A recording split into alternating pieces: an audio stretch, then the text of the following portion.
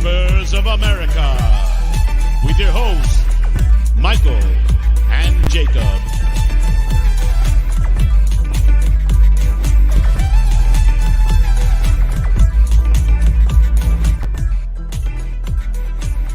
Hello, everyone, and welcome into another edition of the United Spurs of America podcast with your host, as always. I'm Michael. He's Jacob, coming to you live on a beautiful Friday afternoon, evening, or morning, wherever you may be tuning in from. It's, look, ladies and gentlemen, I'm going to give it to you straight. It's not good vibes on this stream this week, unfortunately. 0 points out of the last 2 games since we last spoke to you, beautiful people. 0 points in the North London derby at home and 0 points away at Manchester City. Only 2 goals scored combined in either game. One of them was just a spanking at home, and the other was a blown 2-0 lead at halftime. Jacob, I think you already know how I'm feeling. How are you doing, man? I'm doing all right. You know, it is another Friday show that I get to do, a fantastic Friday show with my best buddy Michael. So I mean, it's hard to really be too upset at the end of the day. We talk about it, and I'm going to have my range of emotions throughout the show today. That is 1,000% sure. Michael, there's some things I confessed. I know you didn't watch the pop-up with Jacob most recently, and that's just because you're a busy married man, you know, and you got a big boy job. But Apologize. There's some things I will share with you this evening, and with the rest of you who did miss the pop-up with Jacob. I had a little bit of a confession time, if you will, so stick around for that. But Michael, I'm okay, because I didn't expect to beat City. I think it's kind of funny what's happening right now with our club as far as Can we do it some more? I don't know if you can anymore. I don't think I'm going to do it anymore. It was an era. That was the era in which we did that, and it was a good feeling. But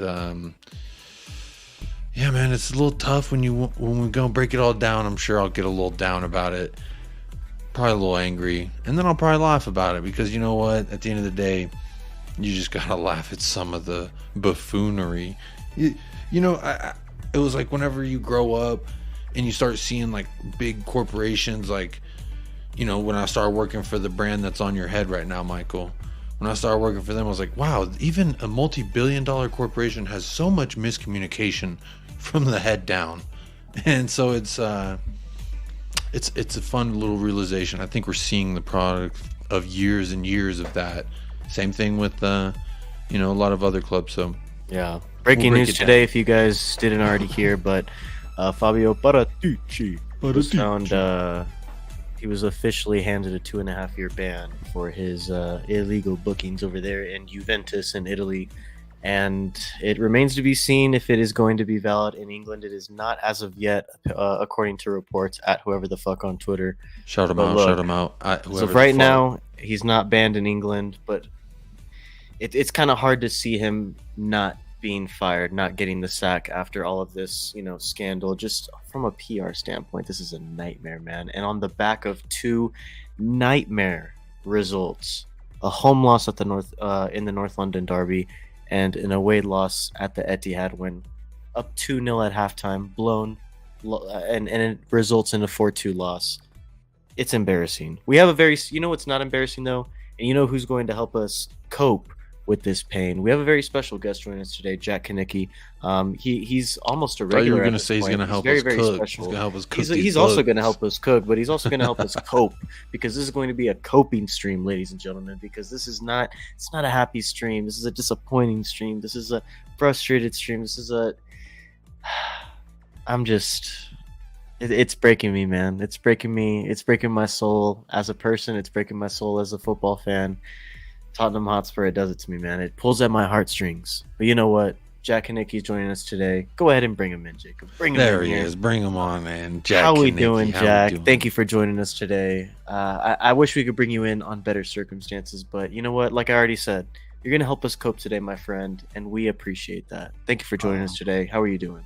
You know how many times I've used that line that you've just used, Michael, this week, on the channel, just every single person I brought on, from the fan shows to the debate shows to even, Flav as well, that I spoke to. I was like, every single person, I was like, so sorry to bring you on here under these circumstances. It's like someone has died, basically, and probably is sort of like, the club is basically dying in front of our eyes, or we're just going so backwards so fast that's what we're probably worried about. But I'm okay. I'm here to bring some levity maybe to the situation, bring some, some, maybe be good with the deep, dark humor, maybe with us all, find a way to, unnumb ourselves from this. Yeah. We might be able to get there, but you know what? I'm glad we have some people already in the house. Alan Sibley, the founder of the Soggy Undies Club and the 10-inch Club himself. 10-inch Alan Sibley says, "Good evening, mofos. How you doing, Alan?" Craig Bowler, breaking. This is funny. I'm breaking. Someone has just woke up with a horse's head in their bed. All charges against Don Paratici have been dropped. I know that's not how you say his name. It's not the correct pronunciation, but it's how we pronounce it on this channel. If you needed reminding, I think that's how the American Italian would pronounce it. If anything, it's just how we do it over here. It feels like a Stromboli. Different side of the hemisphere. It's just we do it differently. Big up Nick Collison, Barry, Ranjit, big up everyone. This club is really a joke from top to bottom. You were correct. Big up Jamie, official supporting member, checking in. Big up yourself, official supporting member, as well as official friend of the pod, Jamie. Chris, how are you doing? No more deals incoming for Juve. No, probably not for us either. We'll get into it. Shane B from Donunda, morning and evening, guys. Big up yourself.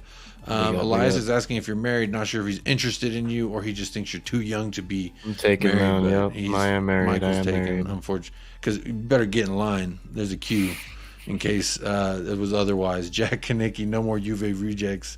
Nope. Hey, maybe we could get a cup. Maybe they have to do like a fire sale. Who knows? Yeah. Who knows? Paratici fire sale before he goes to jail. Though you have to give us Dybala. Garage sale.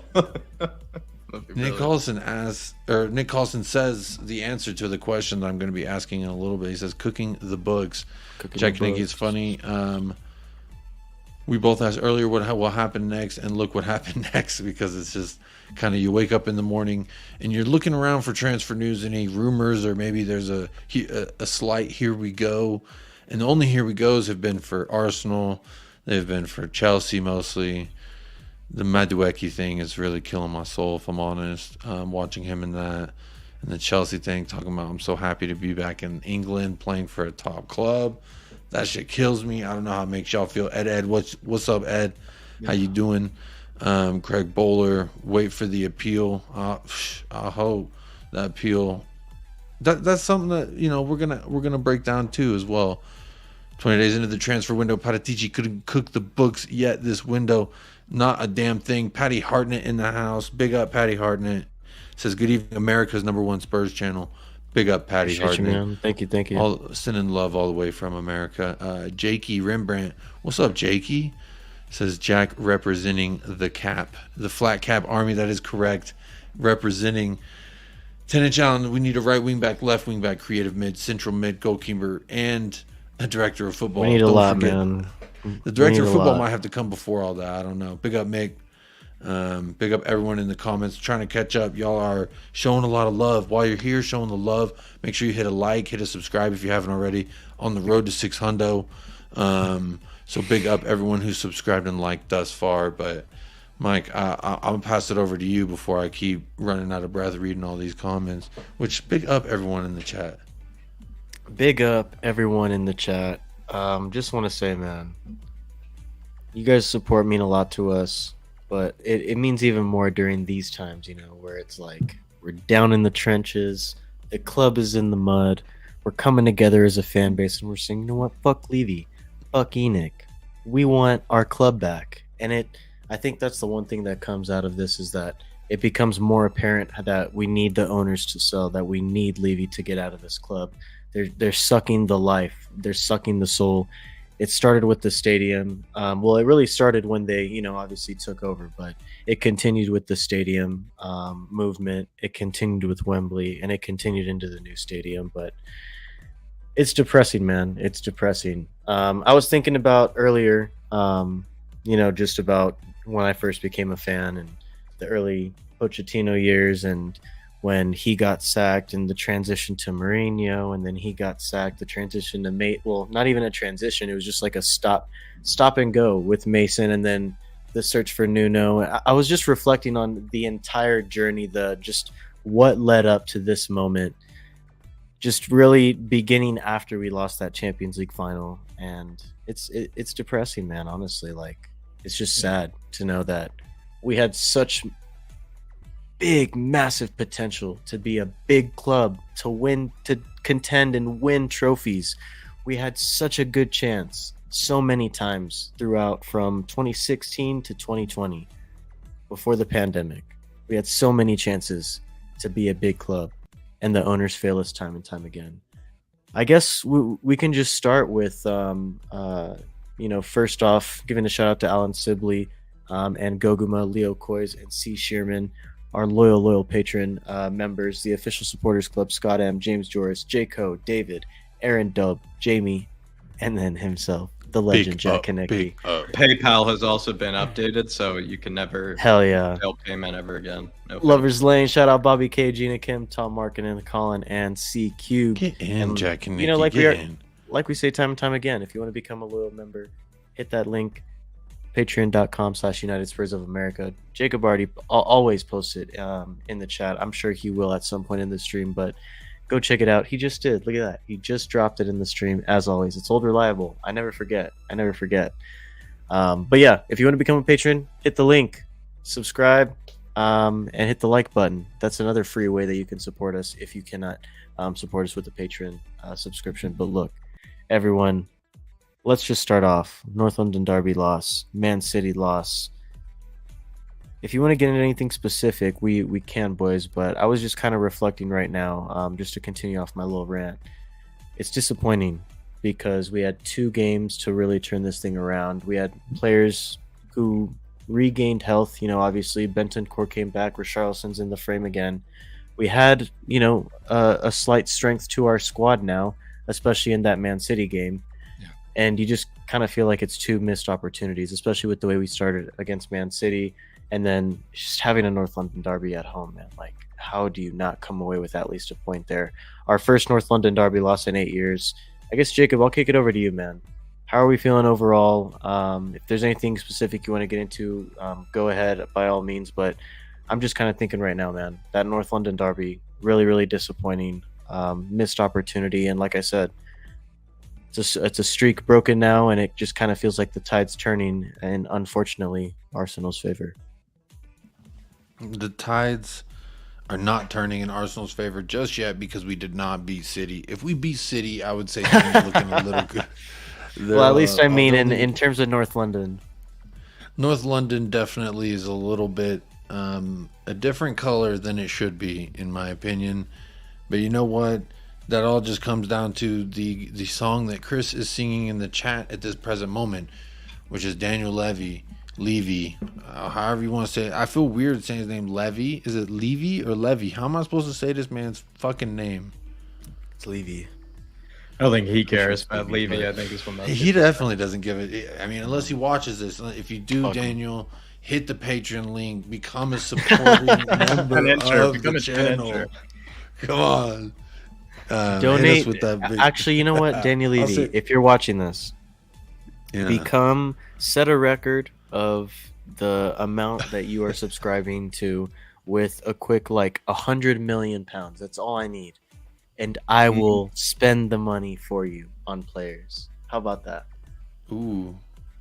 That'd actually be a fun, like, I'll make a deal that you can't refuse, Daniel. Basically becoming Paratici there. So like subscribe to the Patreon, give me 100 million, and I'll cook.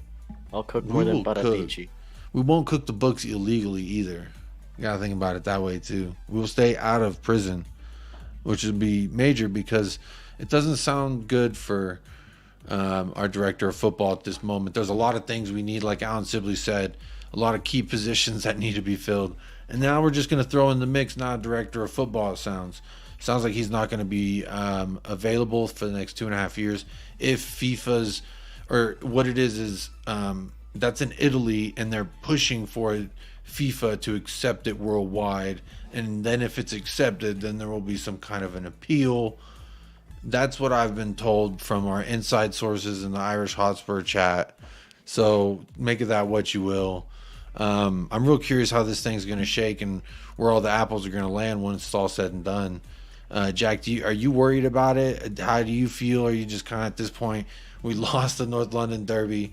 We lost versus City when we were up 2-0. Like, Yeah.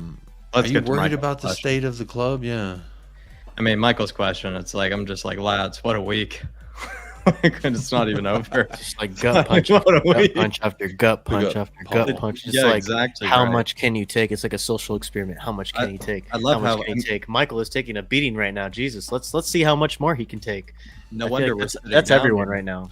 No wonder we're sitting down. No way we could do this as a standing pod or as No. a standing show of any kind. I'll be falling over. I'd We be can't punching breathe. I'm something. surprised we can even speak into these mics right now because we've taken so many gut punches this week. I mean, like you said, Michael, and you summarized it quickly, but I mean, it was like North London Derby, you think already ruins your week the way that went. But then it was like the next day was like Trossard news wasn't like, going our way. Then, we find out Wednesday that, he's actually headed to Arsenal all of a sudden. Pedro Porro news is still like dragging in the dirt at this moment. Like we're still having to how long have we had to say this guy's name? And him potentially coming to Spurs is just sort of classic. That's been annoying. I think as well. Then the Harry Kane news came out too. That was also pretty much a punch in the gut. Paul O'Keefe came out and said that Spurs fans have to get used to life without Harry Kane after this summer. That was fun. And then we had the Man City game where it was like, you know what? Maybe this is just the one night this week. 6 out of 7 days are absolutely terrible, but this could be the one night where we just kind of get to, have a nice win. And we always know that we can beat Man City. We still couldn't give that sort of satisfaction of beating Man City. It's just been gut punch after gut punch after gut punch. So I don't know. Bring on the next one. That's what I would say, Michael. Bring on the next week. See if we can get worse than this. No, yeah, for sure. It's, I like love you already Jamie's. said, I love Jamie's. yeah. I'd be surprised if it could.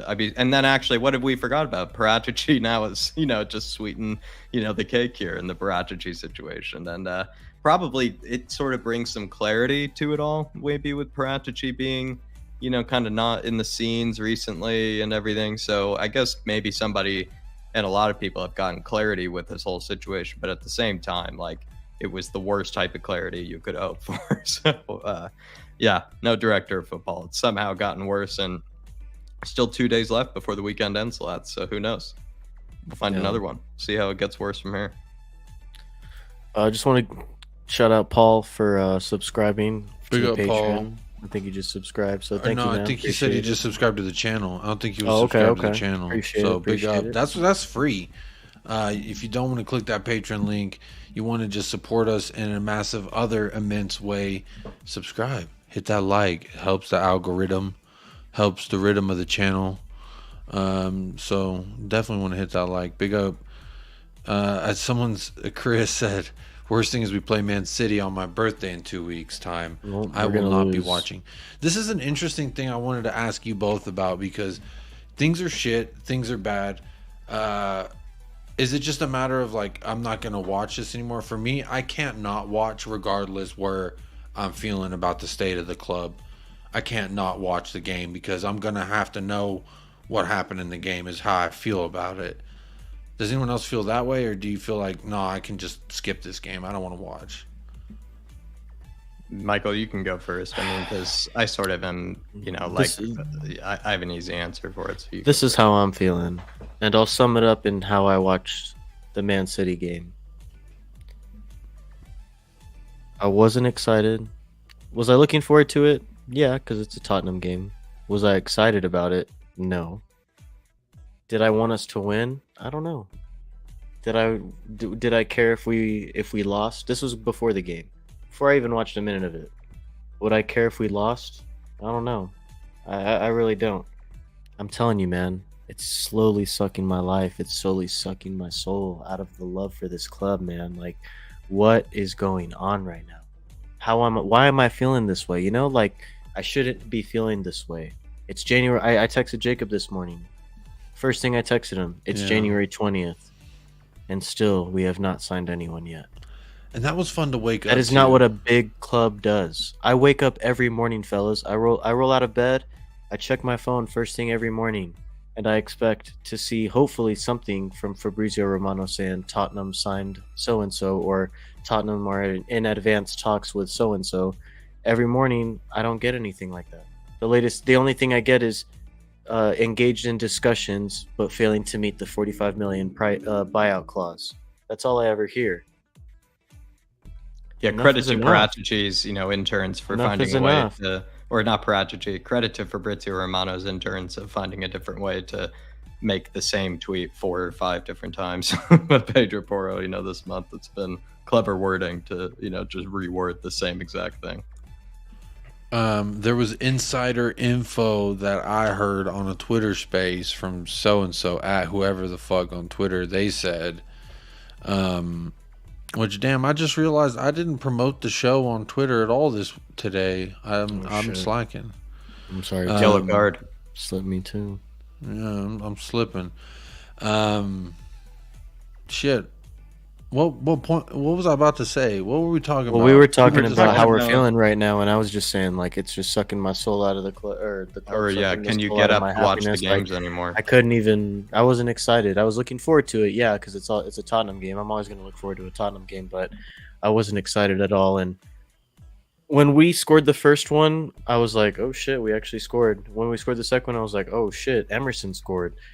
But when we were 2-0 up at halftime, I wasn't that excited, guys. Like, I just kind of expected us to blow the lead, and we did. Yeah, we definitely did exactly what you expected. But that's how I'm feeling. Like, it's just reminded me what I was about to ask you, Michael, because he said Romano Paratici, here he goes.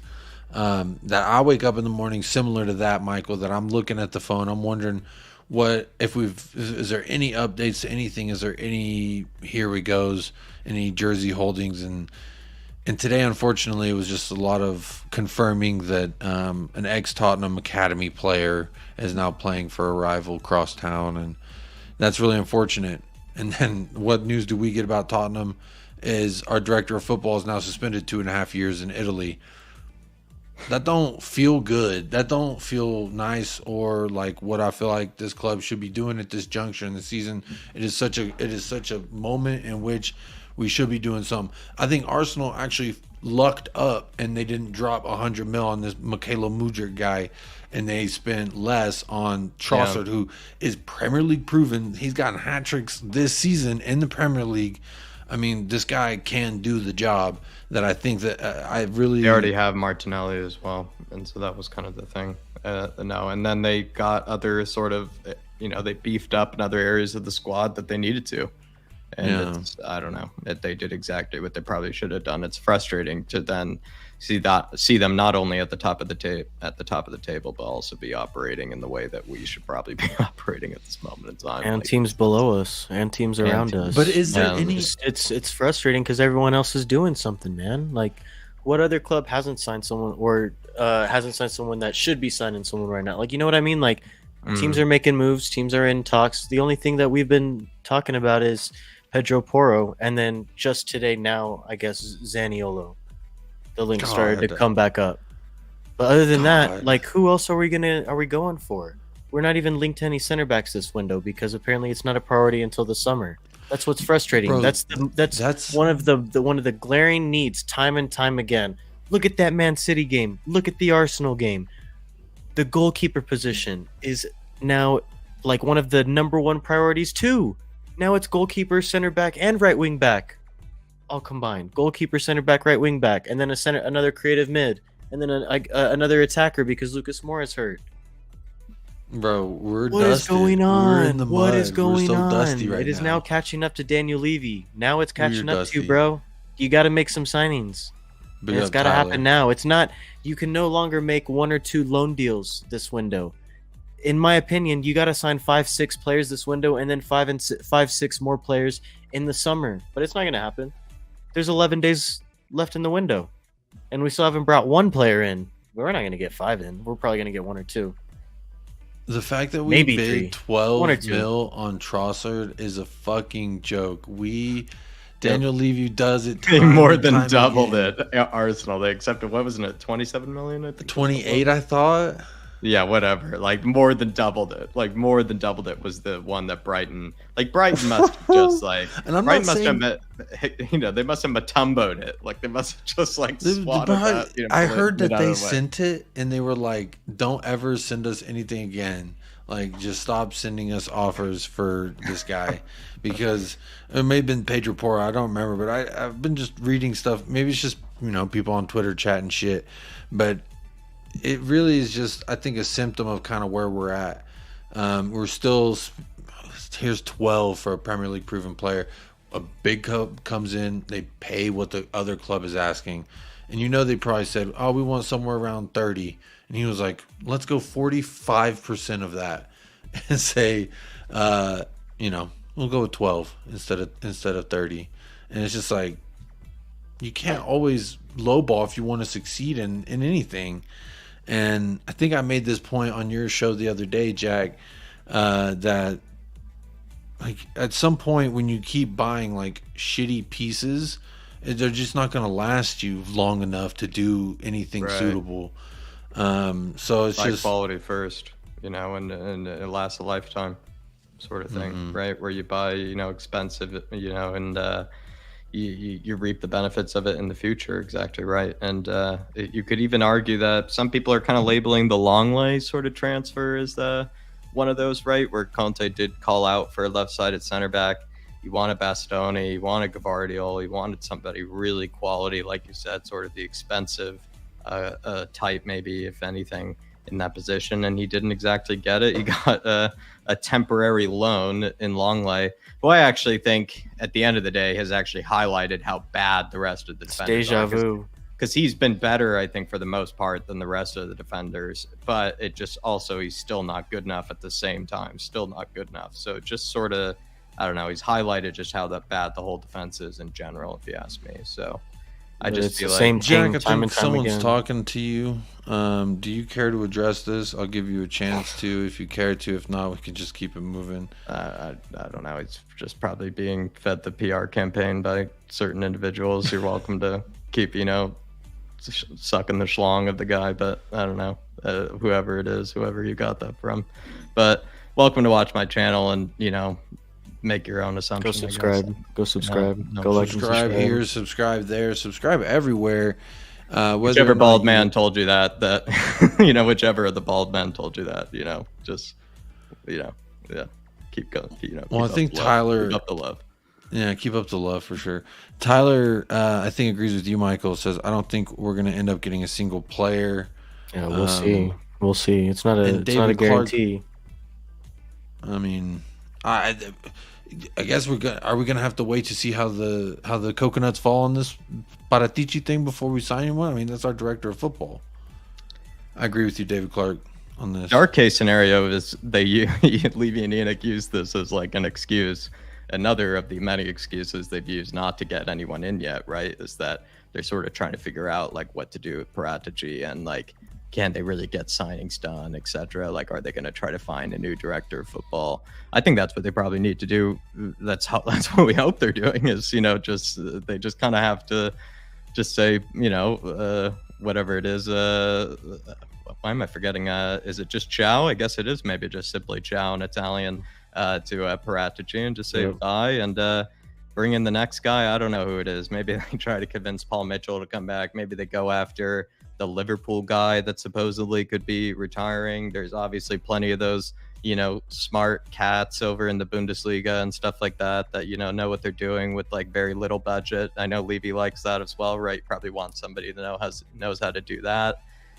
There's probably plenty of people you could get in as well. And also even, I think whoever's over at Atalanta does a very good job with the scouting department. You look at, there are plenty of teams that know what they're doing. Plenty of teams that know what they're doing. Probably even want to maybe take a look at Brentford, especially them, because they kind of do a bit of it, kind of Moneyball sort of style.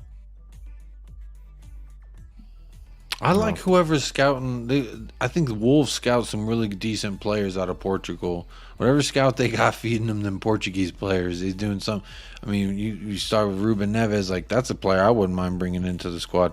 But like Alan Sibley says here, heard we still want Zaniolo. The club want to sell for 40 mil, so the Spurs go for a loan with option to buy. For fuck's sake, Classic Zaniolo's Spurs not deal. Loan option to buy.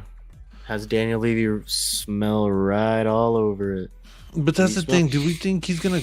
Is Zaniolo like you kind of mentioned it? I don't have a lot of optimism necessarily because of the fact that Conte straight up said, "I'm fine with these defenders." How the fuck are you fine with these defenders when we're third in the league, I believe, in scoring, and then in defense we concede 15th? So there's like, how many is that? 4 teams that we're better than in the Premier League at. We concede less than them. That's awful. That to me says clearly the goalkeeper's the problem. He doesn't trust Dyer. We see that every game. The second goal was both of them just not having a clear understanding of each other. The first one, I mean, if we want to get into the Man City goals, we can. But the fourth one, I don't even fucking remember the fourth one because it was just like at this point, I'm done. The near post Mahrez one? It was, yeah, I know it was Mahrez cooking fucking Perisic all day. I know that much. Perisic, how come Perisic get dusted by Anthony, by all these like mid to like little higher tier type wingers? He's getting dusted. Is it his age? Can he just not keep up with the pace defensively? I'm really interested. I'm really curious because I was unimpressed with Perisic. I thought he was fucking woeful. Yeah, Dyer was awful. I just think with Perisic, Emerson was awful. I don't think the header. I actually think Emerson was okay, really. He was good. He was good in the first half, but terrible in the second, along with the rest of our. Yeah, 11. probably fair there. No one was safe. No one is safe from that second half. Jesus Christ! No one is safe from that second half. Right. Everyone was god awful. I just think with Perisic, like he really is sort of. He does seem to maybe get kind of torched, by certain players in those sort of one-on-one situations. And I think it is maybe teams that, I don't know, it makes sense that maybe Ten Hag and Pep Guardiola tactically are teams that have taken advantage of him in those one-on-one defending situations because they use the wingers and they love to just have those wingers sort of like hug the touchline and basically have it really far out wide. And then they have to draw out that fullback or that wingback, whatever it is. And then they can kind of beat them from there and kind of go for some sort of pattern or whatever it may be to try to cause even more danger. But I think Ten Hag and Guardiola, what they seem to have in common is Antony, Grealish, Sterling, whoever it's been in the past, Mahrez, whoever it's been for them in the past, they all just sort of hug that touchline as best they can. And then it sort of draws out those wingbacks. So I don't know. I think that's maybe what's causing Perisic trouble is just being in those really sort of, let's say, kind of troublesome, one-on-one situations, and he's not really the best defender, I think, either. So it's maybe coming out to hurt him, but I think he's still better than Sessegnon, and it's really that it's that sad. I just think you just continue. Not saying much though. It's not a high bar. No, it's not a high bar, but you just continue with Perisic and maybe take the risk, I guess. The one glaring thing that was emphasized, we already knew it, I already knew it. I think a lot of people have already known it. But one of the glaring things that was even more obvious over the last 2 games was the lack of chemistry between Perisic and Son. Jesus Christ. Those two are on 2 totally different pages right now. And all season long.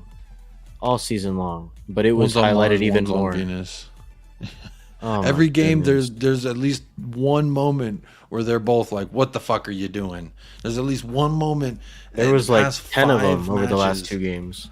But like Sessegnon doesn't offer a shit either. I'm sorry, I just don't. Emerson, I'm struggling to digest what I'm witnessing sometimes because I'm just like, what is the fact that second goal that we scored was just like completely. It just seemed like madness in front of goal, and it just was like, okay, great. There was someone's head, and they were able to put it through, but like. I felt like it was kind of lucky, and like you kind of said earlier, Michael, about the game, that going into the half 2-0, I felt lucky and to be in a position we weren't necessarily deserved to be in. We played great for the last 10 minutes or so, but For that majority of the half, it was kind of back and forth, and City had the chances.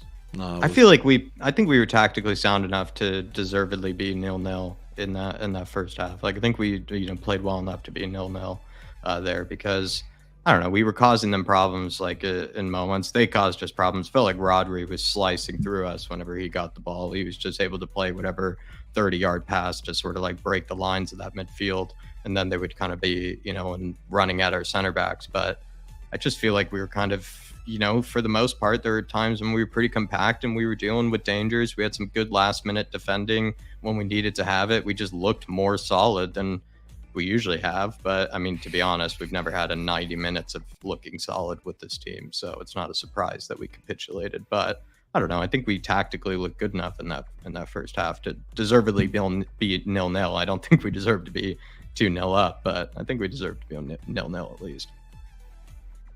Yeah. Tyler says Perisic just won't play Son down the wing and overlap for some reason. There's also a moment where Kulusevski was getting, for lack of a better word, he was getting manhandled and groped on the sideline. And if he looked up and seen Son, I think he could have played a beautiful ball over the top to him. But it's just times like that I think it's unfortunate for where we're at, because I don't. There's always the argument: is it the tactics? Is it the players? Is it the ownership? Is it what does it come down to, the problems? And at the end of the day, I don't care what fucking manager you got. If the players are Eric Dyer, Ben Davies, Emerson Royale, I understand he scored. He had a good game, and I'll put respect on that. Congratulations. You scored in the Premier League this season. Congratulations. That's about as far as I'll go with that. Because it's like, what do you want? It's like, and the thing with Hugo has been shocking. It's been baffling, and it's just like, I really think he's done. He's done. I think I've been in, Michael, you know me, I've been defending Hugo so much, but I'm sorry. To hear his comments today about what happened yesterday in the North London Derby and the overall mood, to hear his comments today, bro, I don't want him as my captain anymore. He's done. I think he's checked out. I think he's got his mind elsewhere, because to hear those quotes coming out of my captain, he just basically like, I don't know how you can blame anyone when we're all working hard every day. Okay, bro, if you're saying stupid shit like that, it's time to go. I wonder who the captain's going to be next year when Kane leaves and Hugo's dropped. Who we saying Kane goes to? I guess if he's not sold to Real Madrid or something. Yeah, I was gonna say maybe Hojbjerg. I don't know. But even with Hojbjerg's form right now, you wouldn't give it to Hojbjerg without. I wouldn't mind giving it to Romero. Give it to Bentancur maybe sooner. You give it to Hojbjerg. Yeah. I don't know how much of a just a better midfielder he looks at this moment in time. Romero yells a lot. Hugo, there are two moments this season, even just recently, where he's just his mentality has just been strange. Where remember, even after he lost in the penalty shootout, and he was awful in the penalty shootout for France, he just made a fool of himself against Argentina. He then went out after losing or whatever and criticized Emi Martinez for his sort of antics and all the things that he does that won him the penalty shootout. And it's just kind of you're just being a bit of a sore loser. And also you made a bit of a fool of yourself in the penalty shootout. It's not like you really look good in it in any shape or form. So it's kind of who are you to even criticize? You kind of look pretty shocking in it. And then after this one, where he's made plenty of howlers of the last few games since coming back from the World Cup, not even including, the howlers he made before going to the World Cup, he's, not taking any ownership over it. And he's calling it, a lack of mental freshness and stuff. It's just, I don't know. You would think somebody that's confident in their abilities would be a bit more humble. Basically, you think someone that would know their truth would be a bit more humble. Even the example in this chat right here, if you know your truth, then you're going to be a bit more humble, and you're just going to sort of, take ownership of it, laugh it off, and kind of, be able to, come back stronger. And clearly Hugo is incapable of acknowledging, his own mistakes or something. I don't know. So my next question for both of you is Fulham. We got him on Monday. You starting Hugo? You starting Forster? Is it Hugh gone? Lloris? No, Forster. I can't call him Hugo Lloris anymore because I used to say no L's in his name. But unfortunately, I think I'm going to have to add a few more L's to the beginning of Lloris, because he is going to be that You can't start him, in my opinion. That's just me, though. What about you, Jack? Nah, I've been asking for Forster to start for a long time. Even before the World Cup, I thought he should have started a few more games after some of Hugo's clangers. So absolutely start Fulham, no question. And I even think it's gone as far now where if Hugo continues to pick Lloris, he's like kind of sacking himself by picking Lloris. Like Hugo is, killing him. Like Hugo is, making him lose games like at this stage. Like there have been times when Hugo shouldn't, or there have been times when Conte probably shouldn't have had that result because single-handedly Hugo has made it a lot harder on us. So I don't know. He's got to stop picking him. It's the basics of goalkeeping that Hugo can't do anymore, like David Clark has said. And I've said that on my channel where it's like Fraser Forster, I don't even rate as a good goalkeeper, but I just don't know. Like, I just think Hugo's lost it. Like, we're just talking about the basics of goalkeeping now. And like, I think Fraser Forster can do the basics. I'm pretty sure he can do the basics. And he's getting beat like near post. He's getting beat on shots that he has no business, or at least a world-class goalkeeper has no business missing. Like, it's sad, man. It's really sad. End of an era, really good legacy. Thank you for your service, but come on, man. It's time to go. We got to have better. We have to have better. We need one this month. We won't get one, but we need one this month. We'll get one in the summer, hopefully. Ugh. No hope, man. No hope. It's so we're all Forrester in. Is that so? Hugh gone. He's Fulham, gone. yes. The question has been Fulham, answered. yes. Unless Forster looks worse somehow, if he somehow looks worse than Hugo, then we'll start Hugo. But as of right now, man, you gotta drop him. You have to. Yeah, absolutely. Too many mistakes, man. I agree. But he's also the skipper, so it's like that's going to send a huge type message through the locker room. I think both big up Hugo, Philly ain't from Philly. Big up. Legend. One of the questions also that I guess you could piggyback off that question is, would you guys drop Son against Fulham? No, I'm not. I know there's a lot of debate. I've been having a big debate about it with Sean Butler from Spurs Talk Show. We've been having he was on your show yesterday, Jack, and he was talking about it. Him and I were talking about it in a couple chats. I think on your channel actually, Jack. But we've been going back and forth because he's of the mindset that you got to give someone else a go, whether that's Richarlison or Hill. And Hill's not even on the bench, and so it doesn't look like he's very involved as well. Spence, no Hill. They're both not even in the 18. So they're literally not even options in Conte's 18. That says something to me. That sends a message. And I think it's a vote of confidence for Son.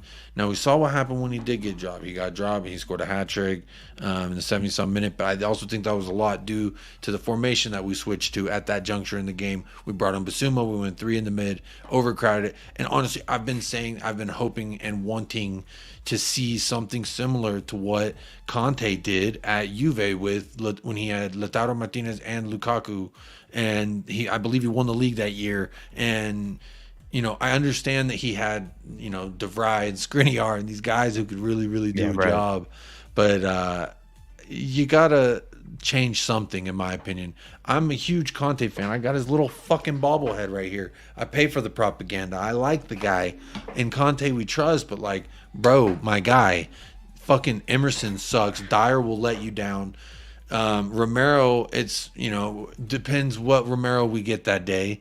Longley has been consistent, but then you see him knee the ball to Mahrez. And it's like, bro, we can't trust nobody in that back line. So they don't trust Hugo. Hugo don't trust them. No one trusts any of them.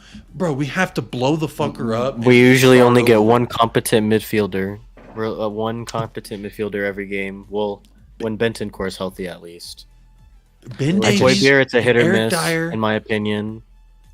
They rode the bench. Ben Davies and Eric Dyer rode the bench when Poch was here, when Jose was here, when fucking Nuno, well, I guess not Nuno, but now they're the staples in our 11. It's like the unchanged names. And so we're at a problem. We're at a point in this with our club. We're at a problem. And David Clark said it earlier.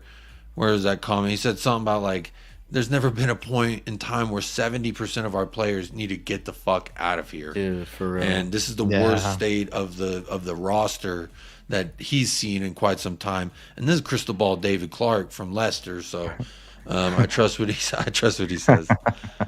To answer the first question, Food I for think captain? Sonny does need to be dropped. And the other thing too is like, out of all the teams that we've kind of backed Sonny to be big in, like of all this, the ones that we thought, oh, he's an assassin against this team, he's a weapon against this team, he's always played well against this team. Man City, I'm pretty sure, was pretty much like one of the pinnacle of teams that he's always done really well against, and he still didn't really, put on his best display in that one. So it's just, I don't know.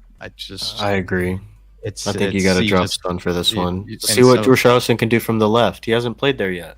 See what Big Richie can do. Maybe you do something where Richie kind of maybe drifts a bit more inside when he can and try to, maybe take up more of that classic number 9 role. Harry Kane can kind of drift about and do what he wants and, do kind of Harry Kane-like things and maybe plays Richie in behind. You also have Heung Messi. I'm pretty sure Heung Messi was only, like, I think he picked up a knock or something like that, but I don't think he's, like, really injured of any sort. So he could be available for the next one. And he could play down the left and you play Kulusevski down the right. Like, you could go for something like that too if you wanted. And maybe Conte might consider that. He might actually consider that if Richie isn't actually fully fit, because I know Richie kind of rushed himself back to fitness as well.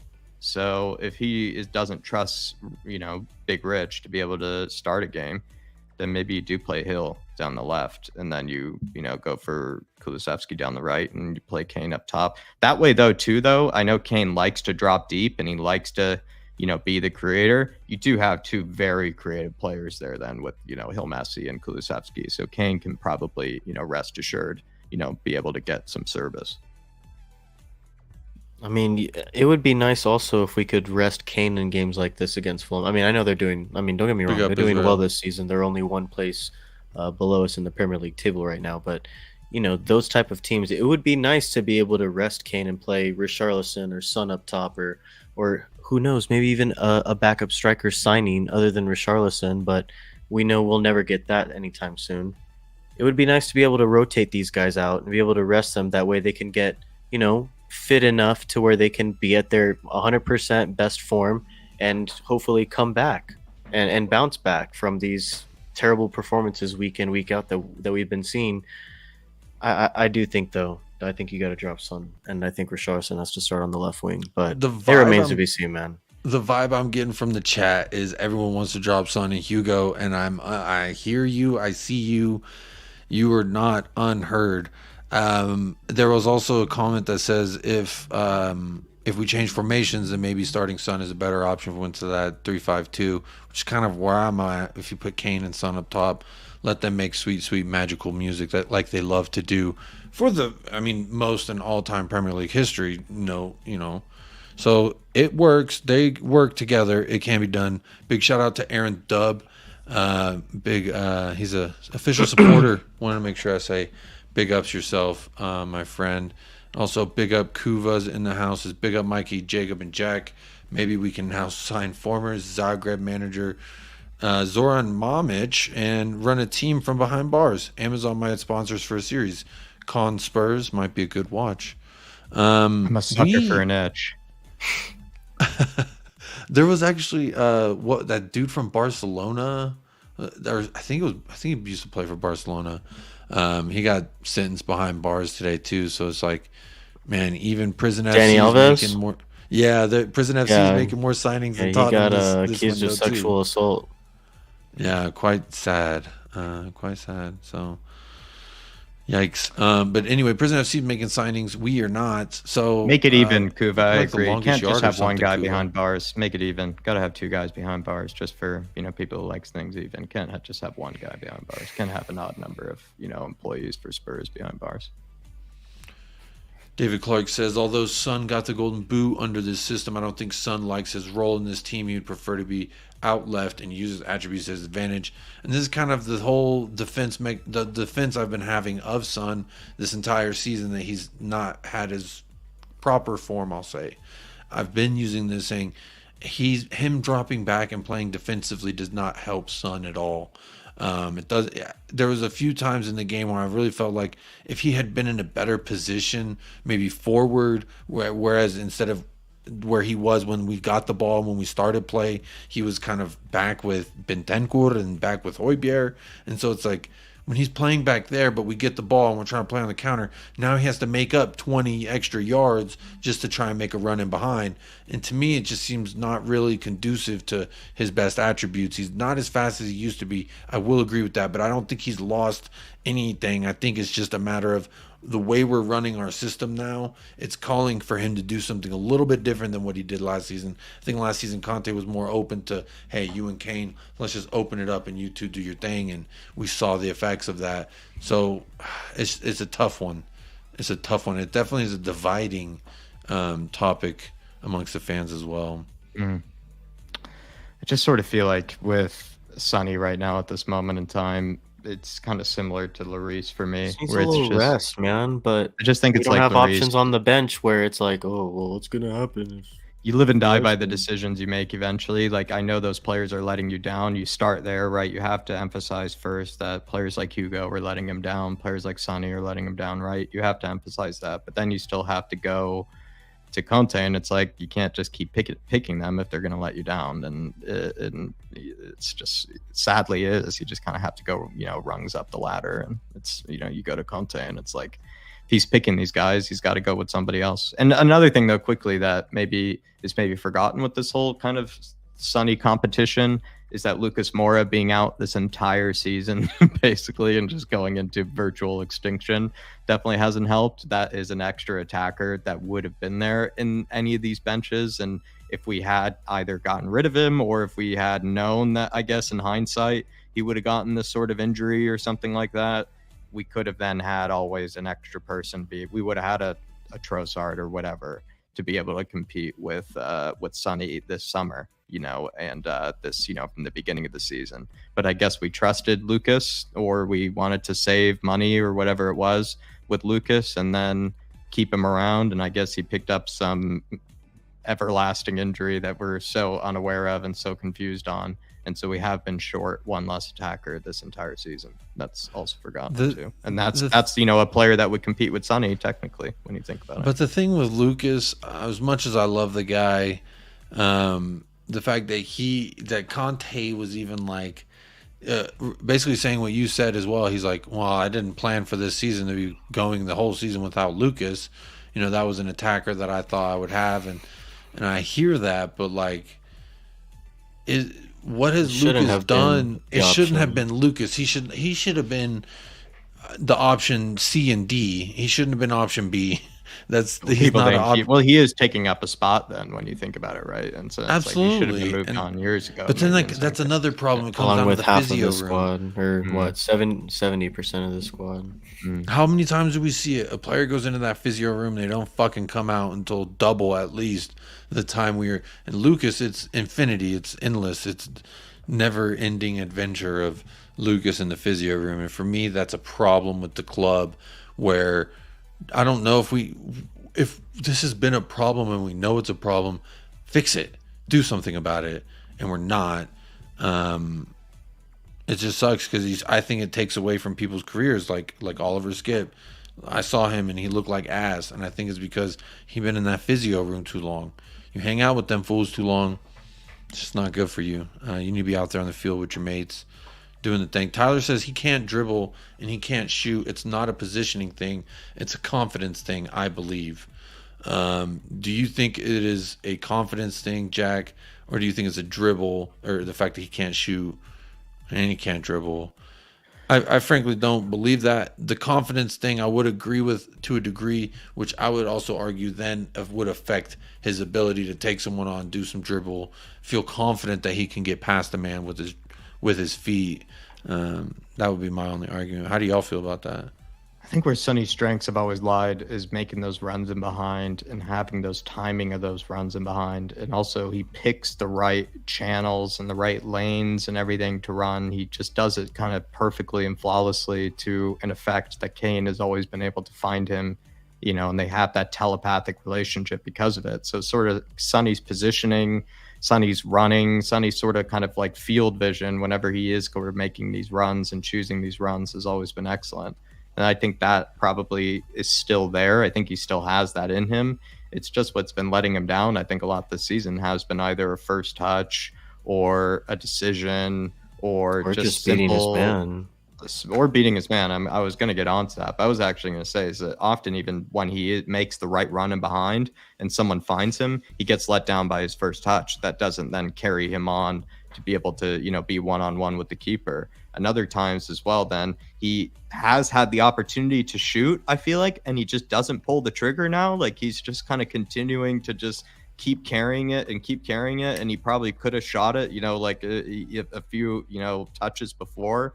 That's been letting him down. And then you just said there, like, feels like he's getting read by everybody from a Premier League defender to a League One defender, like in the Portsmouth game, Michael. Like there were times when the Portsmouth defender was simply just, I don't know, not having very much trouble with like him really at all. Like I remember it was one stage where he did like 3 or 4 step overs, to at the Portsmouth defender, and he just read him like a book and just picked his pocket and just took it away from him after. And it's just like, that's not a good sign if a League One defender is like reading Sonny like a book. And I don't know, there's just a lot going wrong with him. But it could be confidence. It could also just be a mix of maybe the system. I think the system plays a huge part of it. I feel like he's not playing to his strengths all the time, Sonny.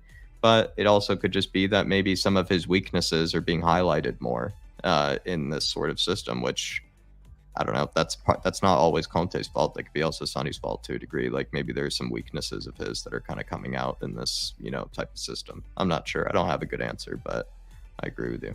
I think it's kind of been the question of one of the many questions of this season. When we look back at this season, I hope this is a point in which at the end of the season we're going to be like, damn, remember when we were there? So it's actually going to be what I want to talk to you, Michael, about. You mentioned you're not feeling too great. You mentioned you don't like the direction that you just don't feel that optimistic about the club at this moment. And I think a lot of fans echo the same feelings at this moment. Where do you see ourselves ending at the year? You see there being a little bit of joy, a little bit of happiness at the end of this tunnel, or do you see it more of a we're definitely going to be fucked? It depends what we do these last 11 days, and I don't think we're going to do much. So I think with the current squad plus 1, maybe 2 players, Conference League, Europa League, Conference League. I think Conference League, we deserve conference level. 7th, yeah. Is 5th and 6th We're just Europa? not good. Like, we're not. These players are not good. They haven't been good for years now.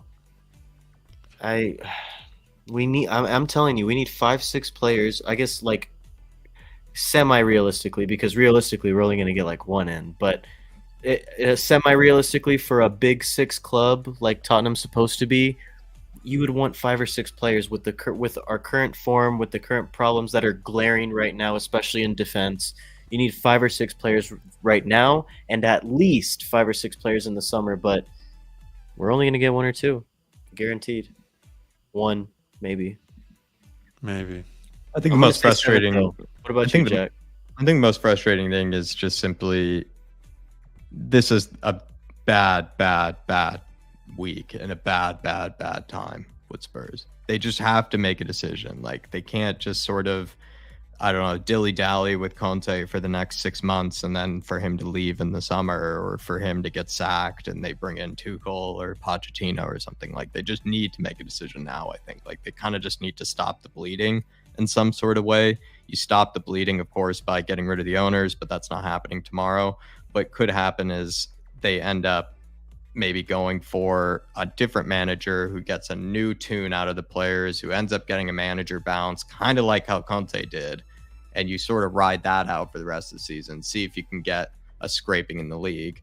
Or you stick with Conte and actually fucking back him, but they're not going to do that. And so you just sort of have to maybe then see if Conte's willing to stick it out as long as he can and stick it out, with the horrible situation he finds himself in with the owners and with the director of football and everything. Like, is Conte willing to get dirty? Is Conte willing to pull himself up, and just kind of get dirty with the rest of us? And I don't know if he is. He probably should just kind of then back out if that's the case. He probably should, if he's not into it, if he's, if his head's not in it, if his heart's not in it, to take on this mighty horrible job, this mighty terrible job that is our football club at this moment, managing this team. he probably just shouldn't do it then. You know, he should just back out. I wouldn't judge him. I don't think anybody should at all. And, you know, bring in somebody that's naive enough as well as brave enough to, you know, take on this type of job. And we'll have Ryan Mason. I think that's what but Spurs have to make that decision tomorrow. Like Spurs, I think they have to make that decision as soon as possible. Yeah, or yesterday, exactly, Mike. Yeah, they had to make that decision yesterday. Mm-hmm. And they could have made that decision before at the end of the World Cup, beginning of the January transfer window, they could have made that decision, like if they were fully behind Conte or not. Like, that's what's silly. And I just don't want to be kept in purgatory for the next 6 months, further about whether Conte's staying and all that sort of thing. It's silly. Like, I don't want him to go, but I don't think he's going to get backed in the way that he truly needs to be. So they should just let him go and bring in somebody who will be the yes man for the club, I think, at the time. I don't know. I just think they need to stop the bleeding in some sense or sort. Of course, it's going to bleed down the road. It's going to bleed again. No, I agree with you, and I also agree with Tyler and Paul Beatty. Big up Paul Beatty. Says he wants Vardiol. Just give me that one player. But that's kind of going back to my point of I don't have much confidence that we'll even get someone half as skilled as Vardiol, because they said we don't need center backs right now. And I think that's kind of what I was saying earlier at the beginning of this, which shout out everyone if you're still rocking with us. We're here at an hour, just over an hour now. So big ups if you've been here from the beginning. Big ups if you just joined. Big ups if you're watching this on delay. Hit that like and that subscribe. Definitely will help the channel grow in every shape and form. We've had a lot of really, sad discussion here. I'm trying to find and dig some kind of positive from the mud, because we're down in the mud. We're looking pretty dusty. We need a complete overhaul in the back of our 11 in regards to Hugo. I think 2 center backs and a right wing back would be the 4 things we need to fix this January.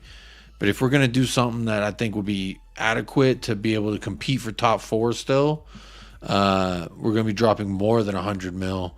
Michael, you mentioned just give me 100 mil. Daniel, if you're still watching, Mr. Levy. We need more than that, but yeah, give me 100 and I'll cook up something. I'll cook up more than Paratici. We ain't seen shit. So what's our hope? What's the hope looking Cooking forward? Without Handcuffs. That's what Michael. Yeah. Yeah.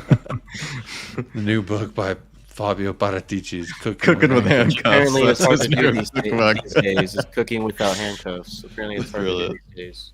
Love it. Jesus. I'm trying to find something positive to really turn the corner here on the hopes of this, but we got Fulham up, and normally I would say this is a good chance to get back to form. But Fulham's 7th. They're not bad. Yep. They're right below us. Mitro's on fire. Yeah, I do like that song. I wouldn't be surprised if we lost to Fulham. I wish we had Mitrovic. I love Mitrovic. He's been one of my favorite players for a long, long time, secretly. But bro, they are 6th. Yeah, 2 points. So if they win, they pass us. So if your prediction's right, they will pass us. Which, since we are at an hour, I think it's a good time. Do you want to do starting 11s? And we can do some score predictions, goal scores Christ. Starting 11. Oh, we got to talk about it. We got to think about. I have to say Eric Dyer's name live on air again. Well, I just did, but. How are we still 5th is what I want to know. Well, I guess how is Brighton he still on this games team? How are half these players still on this team? That's what I want to know. Terrible, man. Terrible. You're dog shit. We might lose to Preston next week. We might lose to Preston next week. It's away. It's away in the FA Cup. We've seen it before. We'll see it again. Craven or whatever, is that what it's called? Craven No, Cottage. Craven Cottage. The Cottage. Yeah, the Cottage is rocking right isn't now. it? Yeah, well, we are playing Fulham, yeah. So, or for Preston. Oh, I thought you were talking about Preston. My bad. I wouldn't know what Preston is, but that's it. All I'm saying, man, is don't be surprised if we Preston. lose. Well, don't be surprised if we lose both of those. I'm telling you, man, this club is in the mud. This club No is FA mudded Cup right now. hope? No FA Cup glory coming, Michael? That was my only hope, and I'm slowly losing that one too. slowly losing hope for that one. Yeah, it's I don't know. tough. I don't know. Jack, do you have a starting 11 that you'd like to share right now, or do you want to go second? Because right now I'm struggling to pick an 11. Forster's got to go, or Forster's got to start. Excuse me. I might have to go too. Who knows? And go maybe at the We'll same see. time Yeah, we'll at see. the Well, beginning hey, of the summer. we'll talk after Monday. We'll see if he needs to go too. Good point. Right wing back.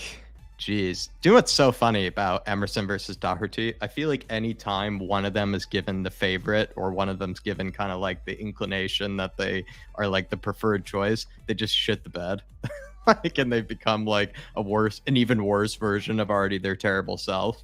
And I think Doherty did that, like when he was given the preferred choice. Like it felt like, yeah, Doherty's like shown some good performances. I feel like we're kind of ignoring that. I thought he got really bullied in that North London Derby game, actually, in a few occasions. Like it's not like he was the worst player in the pitch by any means. Like, let me caveat, but I just thought he lost like all of his aerial duels, and he just didn't convince me of anything really. Like, whereas then this game, all of a sudden, after Emerson has been ousted from the squad, like he's, they're trying to get rid of him basically as soon as possible. And he puts in a pretty decent performance, I thought, in the first half against Man City. So I just find it kind of funny. Like, who's Conte going to pick for this one? I think he should pick Doherty, but I'd be curious if he did pick Emerson because he didn't have that bad of a first half. But I would probably go for Doherty in this one. And then Bentancur, Højbjerg, but maybe you go Papa Matasar if you're a big fan of his.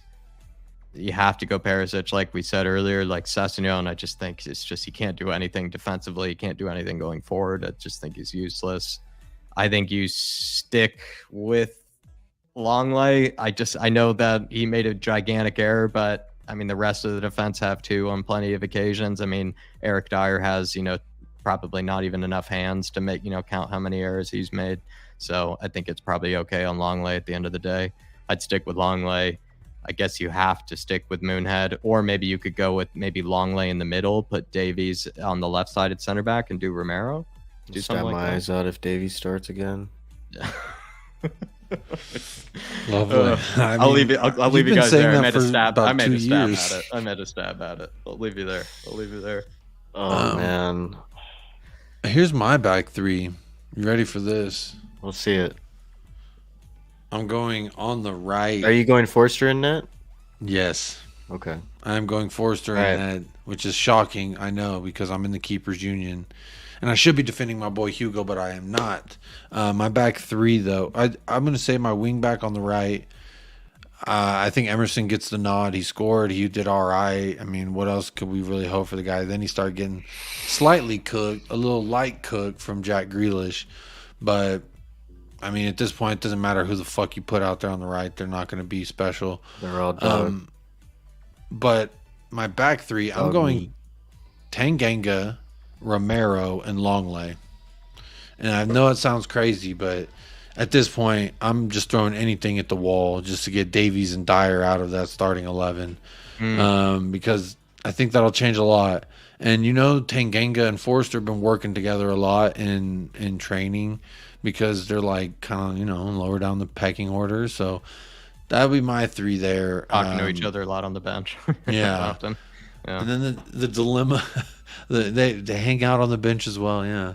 And then the dilemma out there on the left between Perisic and Sessegnon, I'm going to definitely, Perisic is going to get cooked if there's any talent out there. We know that. We've seen it. I have no hope in the man, but I'm still going to start him over Sessegnon because Sessegnon is just that bad. I have just that little hope that Sessegnon Can't do anything on either well. side. I feel like going forward or defensively at this stage, Sessegnon. Yeah. Yeah, and then midfield, I'm taking Højbjerg out. I'm going Bentancur and Papa So much lankiness. or Bissouma if he's healthy. If he's not, if he's 80% Bissouma that we've seen, no, thank you. I'll take Papa Matasar, but Bentancur and Bissouma would be my midfielders. And then I got Son, Kane, and Kulusevski. So that'd be my starting attack. I know that offends some people, saying Son, but I guess that's what I got to go with. Question for Kuva. says, question for the panel: who is the last natural leader that we've had at the club?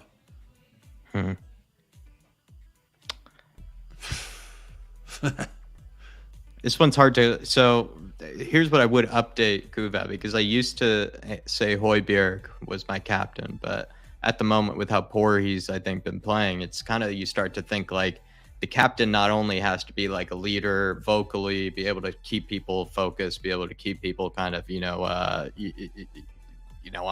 in line with each other and all that sort of stuff. But you also kind of have to be a leader by example, I think, at the same time. Like, you still kind of got to hold your own. You got to be able to walk the walk. You got to be able to kind of hold your own quality-wise. And sometimes Pierre's is dipping at this moment in time, right? Like, I feel like his quality is kind of just not showing in the way that it did in the beginning of the season. And so I think, like, Pierre, like I used to say, Højbjerg easily should be the next captain, but I'm not know if I can really say that. And so the last natural leader... Could you say Kyle Walker in any sort of sense? I don't know if I would put Kyle Walker up there. I don't know. Felt It's like pretty when we were in the immature, mud, especially at the end. At the end of his Spurs career. maybe at the end, but I feel like when we were in the mud, he was kind of, a good head and shoulders for us, but I don't know. He was vocal. He would yell at people. He would yell at motherfuckers out there on our Still team. does to this day. Yeah. I don't know though. It does say He would yell at Alderweireld. Alderweireld. He would yell at Vertonghen. He would yell at Rose. He would yell at even fucking Dembele when he would make the one-off mistake thinking. every now and again. But I don't know. He was pretty immature at the end of his Spurs career with not That's wanting fair. to play and stuff. I don't know. I think when you think natural leaders, you do think captains. I think Lloris is a natural leader by example when he's playing well, but obviously he's not as vocal, or he's not, up there in the middle of the pitch with the midfielders or in the attack. So it's kind of hard to say him. But at the same time, a lot of our captains have been defenders in the past. I look at Michael Dawson or Ledley King, maybe as the last few natural leaders. Both. Because they were captains and they were leaders. They were vocal leaders and they were leaders by example. I think you could say maybe Alderweireld. Højbjerg has a good run in that race. I think but he has like like you one said, part Jack, of it. like you said, Jack, his form recently though it's kind of hard to put him up there when you're not playing well. Maybe that's maybe it. Kane every now and again, but you never really look at him as like the vice captain, really, do you? Like I never really think of Kane as the vice captain. I know he's always in the ref's face, when a foul is called on our players, but like in terms of like people who's gonna get you pumped up and motivated, do you really ever say Harry Kane? He's got the leader by example. Yeah, down it's same to- thing as down- Hugo, he's kind got it of, really. perfectly. He's got it Yeah. perfectly down, leader by example, but he's not the leader vocally that I think, people need him to be sometimes. Which Was is not Musa Sissoko that guy? Oh, Because I remember in the no. Prime doc they were saying that he has a lot of pull. He's a in good the locker room guy. He's a good Locker room, but he guy, doesn't I have don't think leader it was by ever, example. Not leader No. I by don't think example. there's ever like captain like qualities. Um, Because that's what I think of, guys. Like when you ask who's a natural leader, you're thinking of like who's a good candidate to be a captain. You know what I mean? Like that's what it should be. yeah, no, it should have been that way. It seems to have the chat stunned as well. Kuva says it's hard to tell. Patty Harden is saying you're gonna have to go back to the 90s, maybe even the 80s to answer that. So it is a hard question. Yeah. It's a really good question, Kuva. Big up yourself. So there's a question here from Tyler. It says, if Romero gets another yellow, is he suspended? Do you guys know? I know he has 3 in the Yes, I last think so. 4. No, I think he does. Yeah, I think he is suspended on the next one. I just think both of them have been completely unfair, though, at the same time. Like, the one in North London Derby was really unfair, yellow card. He won the ball, won it very cleanly as well. And the one in the most recent game against Man City, like, you saw Akanji. I mean, the man honestly could have won the Oscar after that one. So it's just... I just feel bad for Romero. It didn't just even feels like now, like, Yeah, referees the are just yellow. waiting to give him a yellow card, and he gets it. Like, he usually actually... He misses tackles, but like most of the time he gets it clean. Like most of the time you kind of got to give him the benefit of the doubt. I actually usually give Romero the benefit of the doubt in most cases because usually when it even looks ugly, you then watch it back and you're like, oh, he's completely won that. Like he's won the ball, cleanly there. And so I don't know. I just think he's been unfairly done by the referees recently. I think the Akanji one was ridiculous. That was a complete flop. And then also the one in the North London derby won the ball first. I heard people saying that Romero deserves to be sent off in the North London derby. No. Did anyone feel that way? No. Well, Patty says he has 4 Like I said, he got yellows. an unfair yellow card, so I just don't. He got an unfair initial yellow card, so it's kind of Yeah, so I would take the whole conversation out. Yeah, exactly. Yeah, well, this is sometimes the most anticipated. I'm gonna say today probably the least anticipated thing, and I can't wait to see Michael's face when I ask, "What are your score predictions?" And if we do score, who do you have scoring against Fulham on Monday at the Craven Cottage of Cravens? I'm craving a win. That's what I'm craving. I'm craving a win too. Am I gonna get one? That's a different story. Well, do you want me to start, Jacob? Come on, You want me to Michael. start? Come on, Michael. Oh God.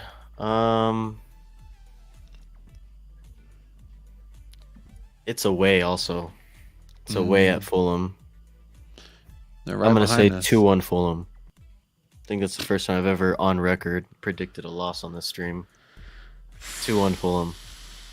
Harry Kane scores. Maybe. Who knows? Maybe we don't score. That's not good. But I'm gonna say 2-1 Fulham. I'm sorry, guys. I'm sorry. I'm telling you, they're ripping my soul. Help me, Jack. If Help me. that happened, real quick, if that being happened, irrational, man. Michael, You're being irrational, man. if that happened, Fulham would jump us, so we move down to 6th, and then if Brighton won, we move down to 7th. And Liverpool still have games in hand on us. Yeah, as does Brighton, Brentford, and pretty much everyone. We could be got like 1 8th or right 2. now. We could definitely be 8th by the time this all shakes out, and not get any Europea. So, Anamana Europea. hey, on a mano, I want to know, Jack, what's your score prediction? Goal score? We got any joy? Any joy coming our way? Oh, this is where ration goes out the door. It's I don't know, or all my rationale goes out the door. It's I just I become delusional at this stage. So everybody can just tune off. When it comes to me, they can mute me if they haven't already. I'll say 2-1, the opposite of Michael's, but we win it 2-1. If any hope you have it is that I do believe Antonio Conte's never lost to Marco Silva or something like that. And then Do we go 1-0 down, or do we score? Do we have to come back like always? I think we have to which half do we show up in the second half? I Yeah, think we have to commit which to half it. do we show up to? Well, we showed up in the first half last game. At the You end always of want to it. show up in the second half, because if we don't show up in the first, if we show up in the first, it means we lose it in the second, guaranteed. So I think we just have to show up in the second, no matter what. Oh, and I was So- gonna make the joke today, and I forgot, Jacob. But I was gonna say, I'll run the first half of the stream today, and then you can run the second half of the stream. Since we only get one half of a performance every game, our viewers are only gonna get one of us, a half of the United Spurs of America in each half of the stream. So that's how it works here at Tottenham. You only get half That's how it of works. things. We never You get full things. You subscribe for both of us, but you're gonna get one of us at a time for half of the duration of the show. And it'll probably be better That's- at the second half, just like Tottenham. Come on, I need some hope. David I'm Clark. saying 2-1, What- 2-1, what but I did love you it. Yeah, say, he's Jacob? going for a basketball game, like 6-4. 6-4. Let's go. Kane 2. Hell no, we're not Ten scoring goals. 6. Kane at the We're Craven not Cottage. scoring 6. Kane at We're the not Craven scoring Cottage 6. breaking records. Come on. What a There's no way. lackluster place to really break that record. But I hope you're right, David. I mean, he's got the crystal ball, so I wouldn't be surprised if we concede 4, though. I would not be surprised to see us concede 4. So what are you saying, Jacob? What are you Aaron feeling? Dubb, 1-0 win. All right. What I'm thinking.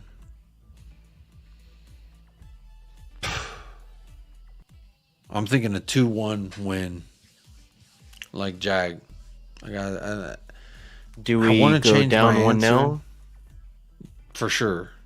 Okay. You know what? No, So we're is gonna it go a down second half 2-0. comeback? We're going down 2-0. 2-0. We're going Okay, down so then what's the 2-0. score? 2-2 draw. I'm changing my answer. Okay. We're getting a draw out there, and everyone's gonna be like, "We're shit, and we should have won." And there's gonna be some bullshit And where then everyone's like, does "We Conte should have get done fired? this and won." If we lose, No. does Conte get fired? I thought I kind of made the joke in the last game that it was Last Supper for him if he lost it, but I kind of said I think he got it right tactically to get us sort of 0-0 into the first half, and then we kind of were expecting second half FC to show up then, but all of a sudden we scored 2 goals and we were 2-0 up, and then second half FC isn't allowed to show up, I guess, when we're winning in that case. So that was, I don't know, that was confusing. I'm sticking with Conte blindly and delusionally just because I just don't want to go through another rebuild with another manager. It's just, it's, I don't know, it's boring, it's pathetic, and it's just sad. So call me crazy, call me stupid, whatever it is. I can't go through it with another manager. I'd rather stick with a guy that we know was a proven manager before he took the Spurs job. This guy was a proven manager before he took the Spurs job. Imagine if Daniel Levy fires Paratici and Conte this month. The Italian, the end of the Italian Could you project. imagine? Yeah. It was a good one. Fans Plenty would of riot. pizzas. Plenty of they would pizzas riot. were enjoyed in that race to top 4. It's tough out here. What about you, But Jacob? goal scorers, I Think would if, say. if we lose to Fulham, do you first think one. Conte gets a sack? Sorry. Oh, I'm sorry, Jack. Yeah, give your goal I was scorers. gonna say My Harry bad, man. Kane scores 1, equalizes the record, doesn't break it out of respect to then break it at home. That'll be There you nice. go. Breaking in front of the fans, man. Come on. Yeah, that's all I need to say. If we lose, does Conte get the sack? I don't know, because I heard if we sack him, we got to pay out like 10 mil, and apparently we can't pay that. We can't pay. We can't pay anything. So I wouldn't be surprised if we just ride this out to the end of the contract, and then say thanks, see you later. See you later. I don't know. I just, whether he stays or goes at this point, like, it does. To me, it's like I have the feeling of like it doesn't fucking matter. I know it does matter, but it feels like it doesn't fucking matter. And I feel like a lot of fans are in that same mindset where it's just like it doesn't matter at this point what happens. I don't have much hope. And it's a really unfortunate place to be at with your favorite club. Something you look forward to every weekend, weekday, if it's on a weekday. People like me, Jack, you listen to people talk about it. You listen, you watch stuff, you look at, scores around the league. And it's just like, at some point, man, something's got to give. And I don't know if it's get Joe Louis the fuck out of my club. Sounds like he's close to the end. I've been hearing some nice reports coming out on that end, that he's been signing stuff away in other people's names.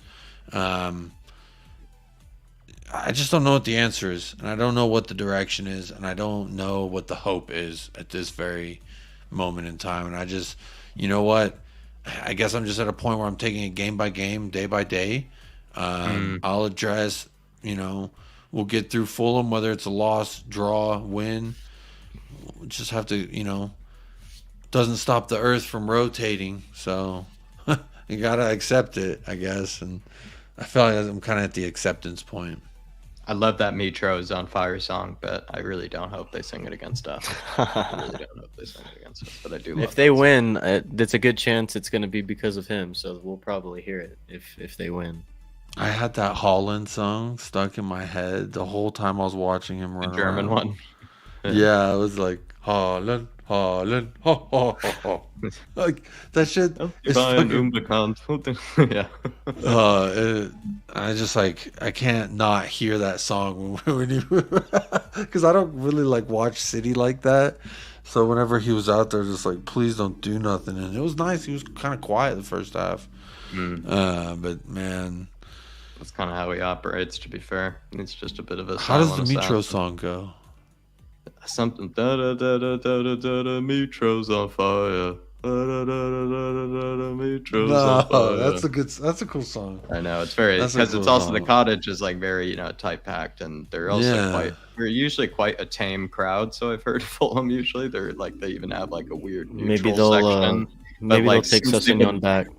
since they've been good all of a sudden, like Fulham has been like kind of rocking. So that song has been like, really popping around, like, the stadium, like you could see it shaking. So Can we it's leave very Sessegnon catchy. there when we go?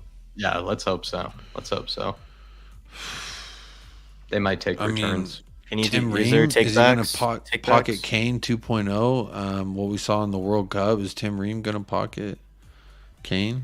I mean, we saw it at the World Cup. I'm just saying, it wouldn't be the first time he's played against Harry Kane.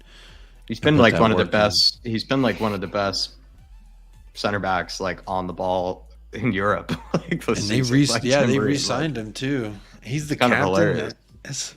It's pretty awesome wildly to hilarious. see it because he is like technically very good. Like he is like on the ball, technically brilliant. I would say he is still 40 years old, but he is very good on the ball. And I don't know, like it's nice to see that people are taking advantage of that, or Marcus Silva at least is taking advantage of that. Clearly.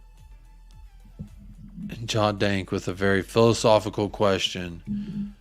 This is an old mate from high school, says, do you think it is times like these to get the understanding that we can be better than this? For the higher ups, yes. For the fans and like the people who love this club, no, because we've been known. Yeah, we've been known suffering. that it hasn't been good enough. We know that these players haven't been good enough. The club haven't, though. Well said. Now David Harris said will. something. Now they are. Well said. Exactly. But see, David Harris said something that I still think about to this day. That's, if we can sit here on YouTube and be like pointing out the flaws and the kinks in our armor and the holes in this Swiss cheese of a franchise, it's like, how can no one else? There's got to be someone whose job it is to do what it is we're doing, which is be armchair analysts. And it's like, how can we see it? How come we're the ones who can see it and we call it and we say this is what's going to happen, then it happens, but the club has no foresight to see that. That's the part that I struggle with. He also says Michael is so solid, so showing some love, guys. Now It's they not seeing been it, the man. It's not been the happiest stream. Do we got any final thoughts? Anything? Joe thankful to Lewis, look for? Daniel Levy, get out of my club. That's gonna be the final thought until they're gone, man. At this point, the rate that we're going right now, with how everything's looking at our club, they have to get out, or it's only gonna get worse from here. It's gonna be the same cycle again. Disappointment. It doesn't matter who we're gonna hire next. If it's not gonna be if it's gonna be the same thing. Because we signed Conte, that's a move that we're trying to win right now. And when Conte goes into a team, he has quality players, and then he also buys quality players. We had a couple, 1, 2, 3 maybe quality players. We've bought in what exactly? So it's like Chelsea gets new owners and drops 600 million casually. Jesus, and that makes me so sick, bro. I get really sick to my stomach. Just every day, it's just like, oh, guess what? Chelsea signed this other. Oh, guess what? He signed the guy. Yeah, the from Madueke PSG. one. The Madueke one is. The Madueke one hurts for a few disgusting. levels. Those It hurts for pictures a are few levels. disgusting. He's one of our own. Another thing too is that he sort of left Spurs because he looked at the dross that was in the first 11 ahead of him and basically just made a dilemma, or made like some sort of meeting, I think, with the Spurs hierarchy or something. Just said like, I want like a pathway into this first team because the guys that you're playing ahead of me are absolute trash. Like, I need to be able to play in this sort of team. Like, and they kind of didn't, and I don't know, like it's just something wasn't really promised, or they just couldn't promise him to get into the first team or get those minutes that he feel like he deserved, and he rightfully probably did deserve them, because we didn't really have many players that were probably competing for the positions that he was in. We never really had a real right winger that was actually good enough. We had Lucas, we had Stephen B, who wasn't really Stevie B. We all know was better on the left than he was on the right. It just, I don't know, like we just needed players that could have maybe been brought up from the academy to challenge. And you now look at it, like Spurs have not only been terrible at bringing in players, but I feel like we've also not even been very good at treating our own very well. Like, the guys that we've produced from our own academy, we haven't, brought up and, been able to nurse them through the first team in the right ways. Like, it's not good to see that Marcus Edwards, Noni Madueke, both didn't see a pathway to the first team. They basically just saw that it was impossible to get into that first team. And it's not like that first team was very hard to get into in the first place. So it just shows that it was kind of the fault of the managers, not allowing kids to kind of come through to the first team, but also, of course, the fault of the club for there not being a clear pathway for such talented players as well. So I don't know. It's really frustrating. I think and Hill Messi could fall into that category. Papa Matasar could fall into that category. Alfie Devine could go into that category. A lot of the young talent that we have here could, slip down that same exact, consequence. And it's sad to see. But I think the carousel of managers as well doesn't help the fact that there is no clear pathway for these guys to break into the, because you got Pochettino who tried a little, who, then you get Jose. It's like, Jose, you're gonna. I mean, I know there was a couple games he had to start a couple kids, and we played some against in like a FA Cup and stuff, and that's fine. But when you have a manager, it's like, I'm not gonna put my career, my name, my livelihood on these kids that I don't trust. Quite frankly, you got to at least have some time there. I mean, you look at Pep Guardiola and Jurgen Klopp. They've been at these clubs for X amount of time, and now they're bringing some kids up because they've had time to get to know these kids, watch them play, and develop some kind of trust. So Tyler asked a great question. What manager's career will be tarnished next? Exactly. Pick up THFC till I die. Yeah. It's sad times, y'all. Sad times. But we are here wrapping up at the end of the show. It has been another fantastic Friday show. Do we have any final thoughts, Michael? You got any final thoughts to share with us? Enoch out, Levy out. That's my Enoch final out, thought, Levy baby. out. Come on. Jack, you got any final thoughts for us? Paratici explanation video coming out tomorrow. As a member of the Paratici, as the member of the Paratici PR propaganda, as well as a Paratici twin and a Paratici fan. I will have to do some explanations and maybe go through the whole tenure and that sort of thing. So I'm coming out with a video tomorrow for that. Nice. You're gonna have to address it. Yeah, look forward to that. Gonna have to be his spokesperson. He's I'm working hard. 24/7 now. Gotta, respect the name. Gotta work overtime for him. You and Conte, and that's about it in Tottenham. My final thought for today is going to be Mr. Sandman, please stop. Bring me a dream. Bring me a dream. Blah, blah, blah, blah. Please stop putting the sand all over Daniel Levy's eyes, all over Paratici's eyes, all over, because everyone's sleeping right now. You got the fans upset. Everyone's upset. All right. What we got to do is band together. Look, we're not even halfway through the season. Anything is still mathematically possible. Kuva once said, the treble is on. Fuck it. The treble is on. Until we are mathematically out of it, I refuse to believe otherwise. But, whatever. I mean, I don't feel great saying that. I feel it's a little like I've been saying that. I said it last year. I said it the year before. I said it the year before that. I'll probably say it again next year. But you know what? I'll never stop supporting this club. Whether we have Harry Kane, Conte, Heung-min Daddy, Hugo Lloris, or we don't. I'm still going to support this club. This is my one and only club. So you got to just up the lads at some point. Whether you're seeing fucking Doherty or you're seeing fucking Emerson, you're seeing fucking Dyer. When it's game day, I'm going to root them on. I'm going to cheer them on and hope that they don't fuck up too bad. And once they do, I will then text Michael and bitch and moan and complain. And Michael will basically be my endless little punching bag via phone that I can just spew hatred and vile just things to say. So I'll probably end up doing that on Monday. I hope not. I fucking hope not. It's always fucking Dyer and now Hugo and fucking Perisic lately. Like, Jesus Christ, come on. But anyway, y'all, that's my final thought. Tyler says, great show. First time here. Glad I came. Thanks for linking it in the group chat, Jack. Thank you, Jack. Thank you, Jack, Legend, for linking Tyler. it in the group chat. Appreciate it, man. Thanks for joining us, Tyler. Thanks for joining us, my friend. Yeah. When all else fails, watch Borat. Always cheers me up. It's my go-to after watching Spurs. Yeah, any Sacha Baron Cohen is a good choice. Absolutely right. That's a very nice. I like what he did with Rudy Giuliani. That was a lot of fun. A lot of fun for someone like me. CQ, cheers, Jacob and Mike, you beautiful American Spurs boys. Jacob, what did I choose in the chat? You chose. Oh, well, this is a good time to go ahead and end the poll, which, hey, we got 39 votes in the poll, but we only got 24 likes. So that means to me, 15 people were having fun with the poll. They want to interact with us, but they don't want to like the video. And you know what I say to that? Get out of here. Go ahead and hit the like. Come on. What are you doing? We got 39 votes. The question was Paratici. And the answers with the most right now. I'll go ahead and end the poll so it's a little easier to read.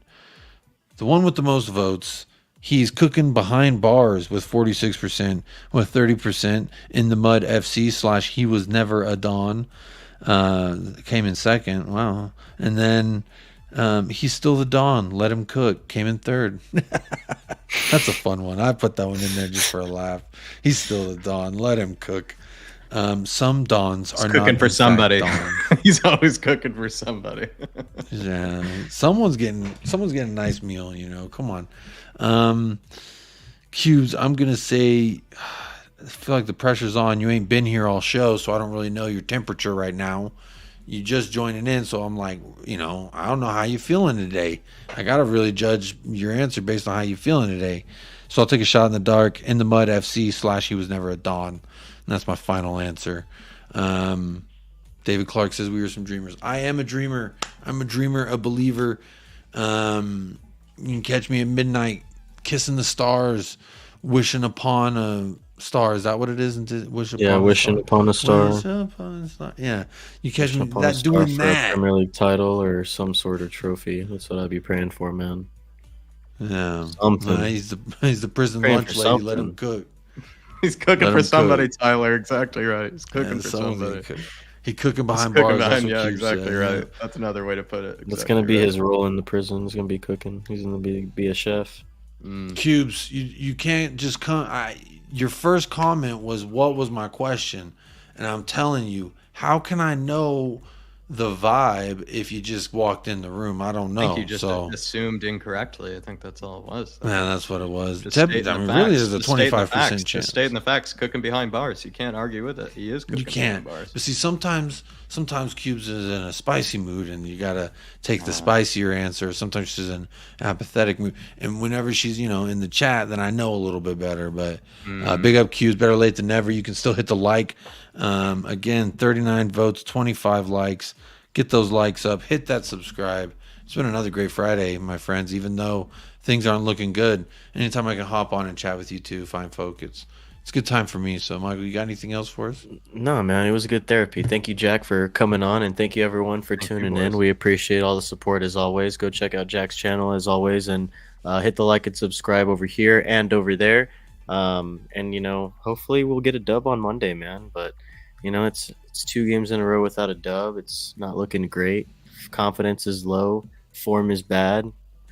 Gotta turn it around. Thank you guys so much for listening to another edition of the United Spurs of America podcast. As always on YouTube, hit the like, hit the subscribe button, hit the link down below if you want to become a member of our Patreon. And as always, thank you, Jack, for joining us on today's show. Thank you guys for tuning in. Up the lads. And Jacob. Come on, you Spurs. Hopefully Paratici can still do his job. Come on, you Spurs. Cook behind bars. COYS behind bars.